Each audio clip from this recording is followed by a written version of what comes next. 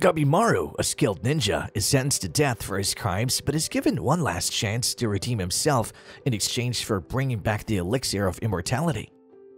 He, along with multiple other high-end criminals, along with their guardians, are made to take the dangerous mission on a mysterious island known as the Island of Perpetual Life. What they find there is beyond their wildest imagination. Before we move on, don't forget to hit the subscribe button so you never miss out on the latest anime. Our main protagonist, Gabimaru, is seen tied up and kept behind bars, where a young lady known as Sagiri Yamada Seaman interviews him from outside. Gabimaru looks completely done with life while she innocently questions him about his past of being the best shinobi of Iwagakure, asking his reason for first leaving the village and now wanting to die. But those reasons can't wait as we watch Gabimaru go through a series of horrible executions where they first try to burn him alive, then tie his legs to bulls and split him into two, but all these attempts are useless since they have zero effect on him. You can say our protagonist is one immortal shinobi. Gabimaru explains how he's a bloodthirsty killer for the Iwagakure clan where he was wed to the chef's daughter, Yui.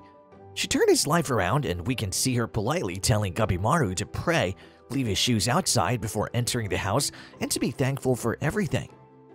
Gabimaru's decision to leave the village went against the chief, and so he was set up and captured, which is why he's now facing death.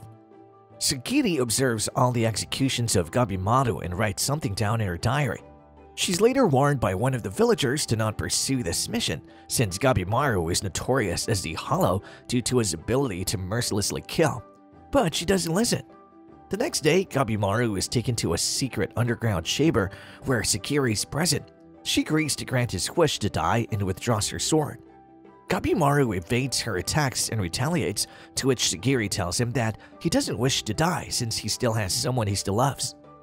This brings up the memory of his wife in his mind, the first woman who changed him completely. Sagiri produces a document that'll pardon him from death if he agrees to go to the island of Shinsenkyo and bring back the elixir of life. Knowing that he has a chance to lead a normal life with his wife again, Gabimaru agrees and wipes out the guards who were in his way, now more than ready to get this over with. We're now present at a camp where a man welcomes the multiple blindfolded serial killers to their mission.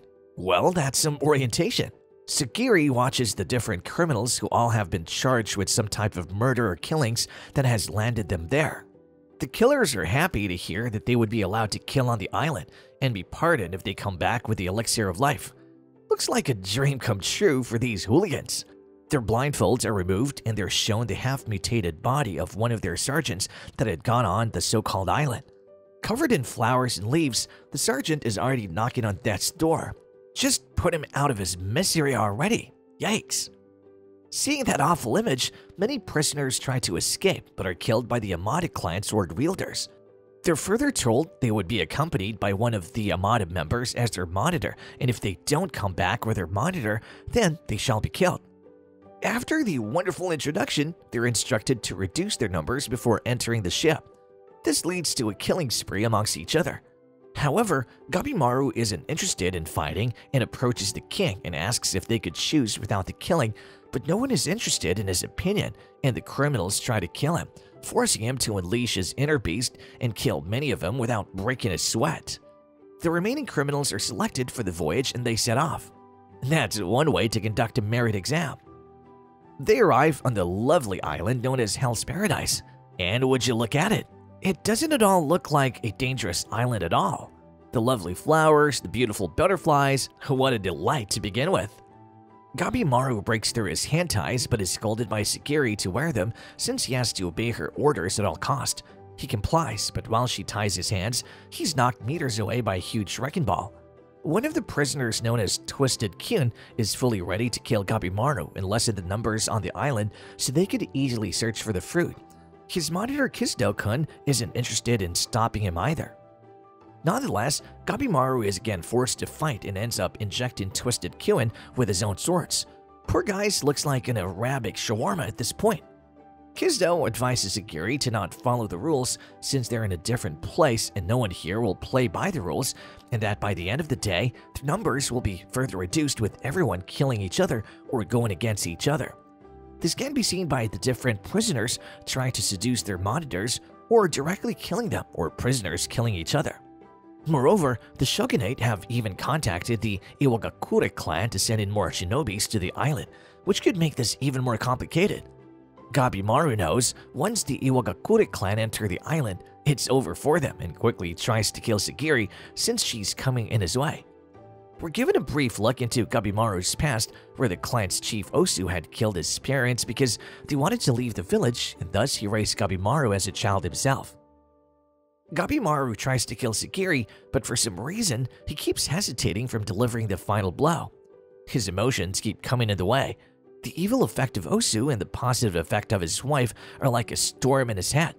Sitting on top of Sagiri, sword pointing towards her neck, Gabimaru couldn't manage to kill her and instead cries. The positive effect of his wife was won. Sagiri calms him down and assures that if they work together, they can find the fruit and he can return to his wife. The remaining prisoners are now surrounded by creatures or half human and half animals. A touch or sting by any of these could turn them into flowers. The true face of the island has finally been shown.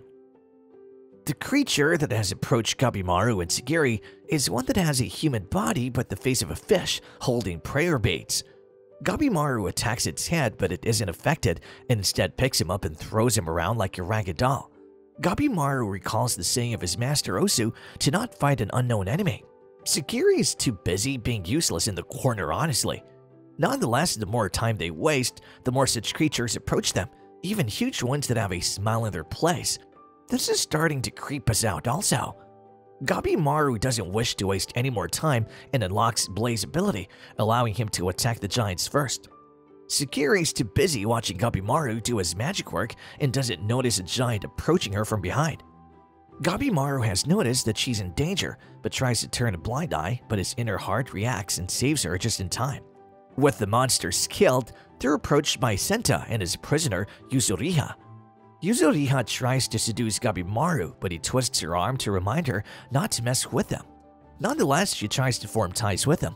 He protects them and she will provide the information she has collected so far. Reluctantly, he agrees for the sake of it. We're shown another party of prisoner, Chobi Aza and his brother Toma, who is a monitor. The two had worked together to get into the island and get their hands on the eternal fruit of life. Toma is a wimp just like Sagiri. Oh god. Why are these monitors so useless? Chobi goes berserk when the monster's number increases and they try to kill him and his brother.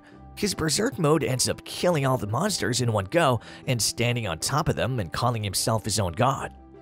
The rule is the same here as well. The weak get weeded out and the strong are the king of the jungle. Sagiri wakes up after being knocked out by the poisonous gas left by the human butterflies. Regaining consciousness, she's greeted by the joint members. All of them sit down to share the information that they have jointly collected, and Gabimaru goes first by telling how he had scaled most of the area for food but couldn't find the elixir of life by the image they were given. What can you expect from an image looking like an orange? Senta advises them to observe the Buddhist-looking statues since these could lead them somewhere. Genji Dono meets Sagiri outside the cave and tells her to drop this mission and go back home since she doesn't. First, she's a female, and second, not strong enough for this. Sagiri stands her ground and is more than ready to face the challenges. In another place, Yamada Seiman is rowing a small paddle boat with Nurugai Kunin with him. They plan to return back to the shogunate ship, but it seems it has been completely wrecked by the monster. They're then attacked by the sea demons, which luckily they managed to escape and safely return back on land. Oh, and Nurugai-kun is a girl. Another huge discovery. Genji tries to make Sagiri leave the island by force, but they're attacked by one of the prisoners. The gigantic man is Rokuruta, and we get a backstory of his childhood where due to his powers he manages to kill everyone, even his parents. Back to reality, Genji's side is slapped away by Rokuruta, bringing him close to death. Gabimaru comes in time to fight the huge giant, but no matter what attack he uses, it has zero effect on him. Not to mention, close-range attacks are dangerous since, well, he could be crushed. Sagiri's too busy crying over her senior's failing health instead of actually helping. Gabimaru also reaches his limit, which is when Sagiri arrives and protects him by controlling her emotions, and for once, being of some help. Due to his steel-like body, the two are unable to land a critical hit, which brings Gabimaru to use his brain and cause a fire. The fire produces carbon monoxide and makes Rokuruta fall on his knees after choking on the smoke. This allows Sagiri to land the final blow and send him into a better place. The giants have started walking towards fire, allowing the two to move in the opposite direction where they meet Yuzuriha and Senta, who watch with bulging eyes at a new village below them. Senta comments that this is truly the village of Shinsenkyo where hermits live. Who are these hermits? Will they be able to find the elixir of life? Will Gabimaru be able to finally get back to his wife? We will find out soon enough in the next couple of episodes, so don't forget to like and subscribe.